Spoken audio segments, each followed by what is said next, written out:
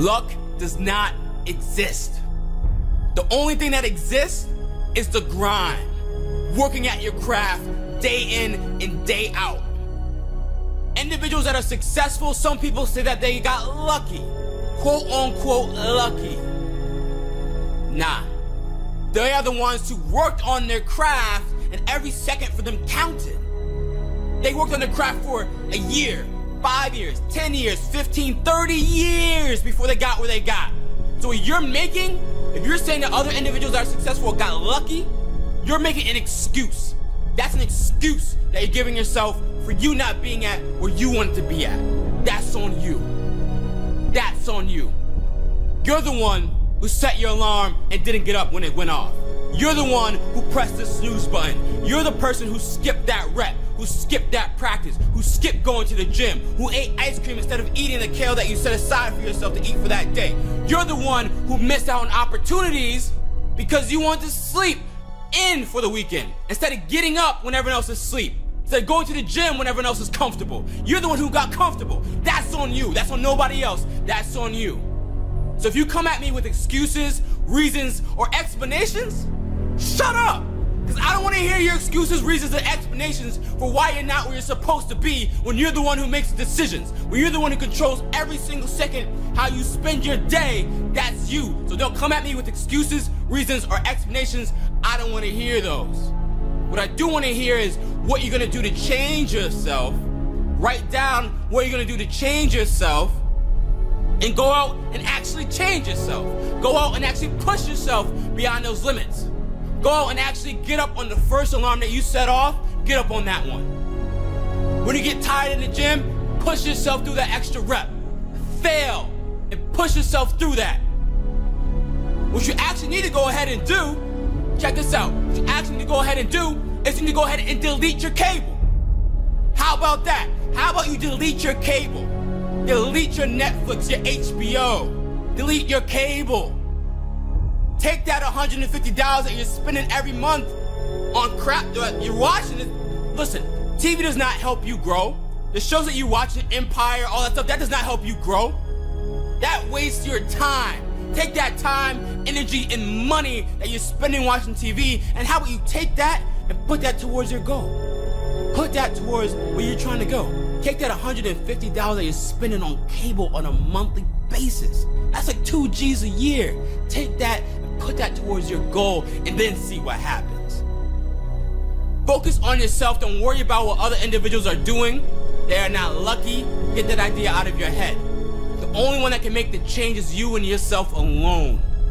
Start with yourself. Work on yourself. Make the sacrifices that you need to make. Take the time that you have and see how important it is every single second of the day. You control what you do. Nobody else does that.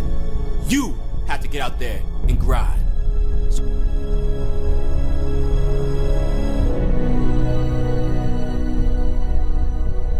I feel like anybody can do anything they set their mind to. But it depends on how bad you want it, and I wanted to do it. You know, at this stage of my life, I don't feel like there's too much that I can't do. I don't mean to sound cocky or nothing, but if I really want to do it, I don't give up that easy. Everyone sees the work that you put in, but it's what you don't see is going to determine how far you're going to get. I hear stuff all the time. People say, oh, look in the mirror and you'll see why you're not succeeding. I don't believe that. Okay? It's what you don't see in the mirror. That's what's holding you back. It's what you're not willing to see is why talent is not enough.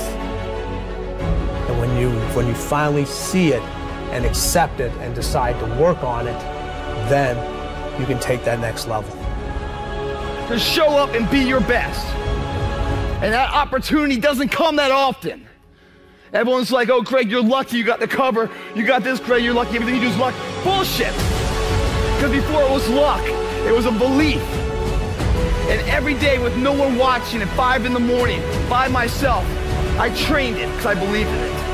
Then I mastered it. No, and I remastered it and remastered it in hopes that one day my trained ability collided with an opportunity to show it off. That's what luck is. That's what success is.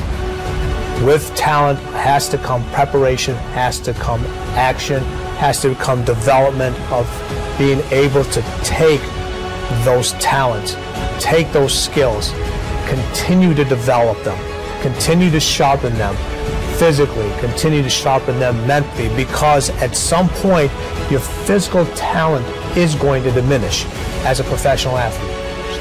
That's just a fact, okay? But what keeps that competitive edge, what keeps you on top, is the ability to think and prepare mentally over and over and over again.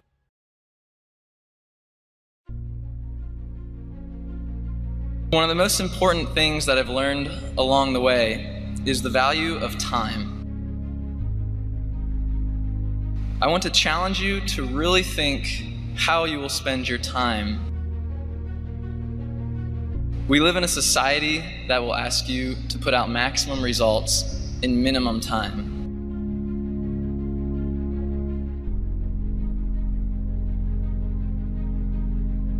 We replace face-to-face encounters with texting and Facebook.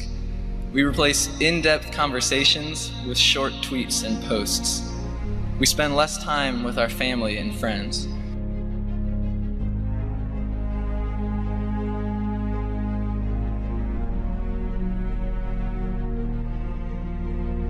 Now, I used to think that success in life and relationships was about talent, but I've discovered that it's really about time.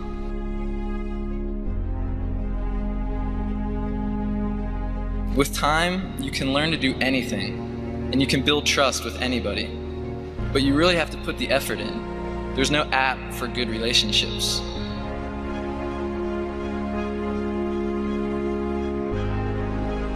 Someone told me once that people don't care how much you know until they know how much you care.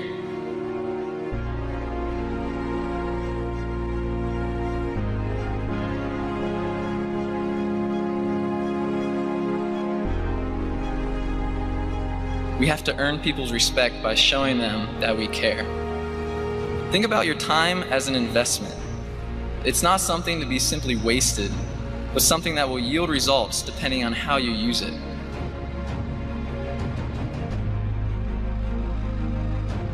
It's valuable, and when used to enrich the lives of others, the return will be incredible.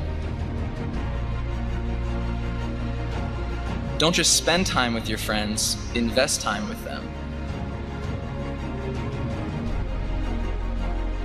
Nothing beats your undistracted attention into someone else's life to break through the surface and really get to know them.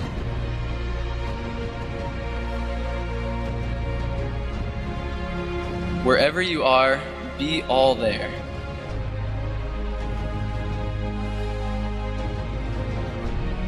It's okay to be doing just one thing at a time and to concentrate on just the people who are in the room with you.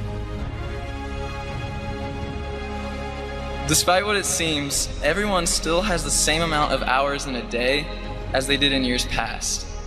But we continually find more ways to use our time while trying to find more ways to save it. You see, you can't actually save time. You can just find different ways to spend it.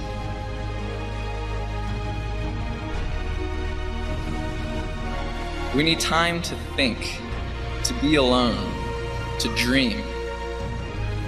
So step back and think about what you really don't want to lose. Because opportunities will come and go, but some relationships will last a lifetime. I said, I can't move. I said, there's a shock going through my whole body. I can't feel anything, man. I still remember the day I was in the film room watching film, and I was watching the California Bears, and my defensive backs coach, Larry Slade, came in the room. He said, Inky Johnson, I got some good news for you. And I dropped the clicker, and I said, Coach, what is it?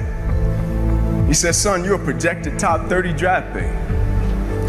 He said, all you have to do is play these next 10 football games. You're an automatic multimillionaire. I ran out of the room. I got on the phone. I called my mother and my grandmother. I said, listen, I said, after this season, our lives are about to change forever. And little did I know our lives were really about to change. The first game we come out, play against California Bears, I get an interception, we shut them down, we get the victory. Second game, we're playing against Air Force. It gets late in the game, found ourselves in a dogfight. And I approach the tackle like I approach any other tackle. And the way I'm approaching it, either I'm gonna knock you out or you're gonna knock me out. I'm 165 pounds. I can't play with anybody. But at the point of contact, when I hit this guy, something different happened that had never happened to me before in my life. I hit him and it seemed as if every breath in my body left. My body went completely limp. I fell to the ground. I blacked out. I looked at the doctor because I couldn't feel my right arm. They had poked me with all type of needles. Inky, can you feel this? Can you feel? I couldn't feel a thing. They took me back, they ran the CAT scans, and they rolled me back into my room, and I'll never forget it. All in about a 15-second time frame, I was lying there in my bed. My father, he went to take a step in and he looked at me and he said, son, I can't do it. And he walked out. My mother, she came in, she was running. She kissed me on my forehead, she said a prayer. She said, Ink, everything is gonna be okay, and she ran out. And as soon as my mother stepped outside of the room, the doctor rushed in from the opposite side and he said, hey, get in here, we gotta rush this guy back to emergency surgery, he's about to die. I said, what? I said, my mom just told me everything was going to be okay. He said, son, what happened? You have busted up subclavian artery in your chest, you're bleeding internally. I have to rush you back and take the main vein out of your left leg and plug it into your chest in order to save your life. And when I woke up from recovery, the same doctor was standing over me. He said, Inky, I have some good news and some bad news for you. I said, you got some bad news for me? After telling him I was about to die, I'm still alive. How bad can it get? I'm still here. He said, the good news is, son, we saved your life. I said, thank you, sir. He said, the bad news is you have nerve damage in your right shoulder. You probably can never play the game of football again in your life. I said, Doc, no disrespect, man, but I'm 8 games away. I've been working for this ever since I was 7 years old, Doc. There's no way. God, not now, God. Like, let me make it to the NFL so I can help my family first. Like, we miss meals. I said, there's no way. I never cheated. I never cheated myself. I gave everything I had to it, and I respected it. I never cheated. There's no way that my career can be over. I said, send me up to the Mayo Clinic. And after several visits, I'll never forget, this is when reality set in. It was me, my mother, my father in the room, and the doctors came in. They said, Inky Johnson, here's the deal. They said, son, we hate to tell you, but your arm, it would never be the same again. Your hand, it would never be the same again. Son, you can never play the game of football again. They said, son, here are your surgery options. We could take a muscle out of the back of your left leg, plug it into your right arm, but there's a possibility that you'll be left with a weak left leg and a weak right arm the rest of your life. Or we could take a nerve out of your left arm, reroute it up to your chest, down into your right arm, but there's a possibility that you'll be left with 2 weak arms the rest of your life. Or we could take a nerve out of your left rib, reroute it up to your chest, down into your right arm, but there's a possibility that you'll be left with a breathing problem and a weak right arm the rest of your life. By the way, tell us what you want to do in the morning. And the next morning I walked into the doctor's office. They said, son, what option did you choose? I said, no disrespect to you, doc. I'm not choosing an option. My situation is out of your hands. I said, no disrespect to you, doc. Cut me where you got to cut me. I said, I know I will come out of this situation okay. As I stand right here on this stage before you today, they cut me 6 times down my left thigh. They cut me 2 times across my right rib. They cut me 2 times across my right pec. They cut me 1 time across the left side of my neck, 1 time across the right side of my neck. They cut me from the bottom of my armpit all the way down to the bottom of my hand. And after they got through cutting on me, they said, son, you're gonna be in this hospital for the next 40 days. I walked out of the hospital on the 3rd day. They said, you broke a record. How did you do it? And I said, first and foremost, the thing I want y'all to understand, I will never let a circumstance or a situation define my life.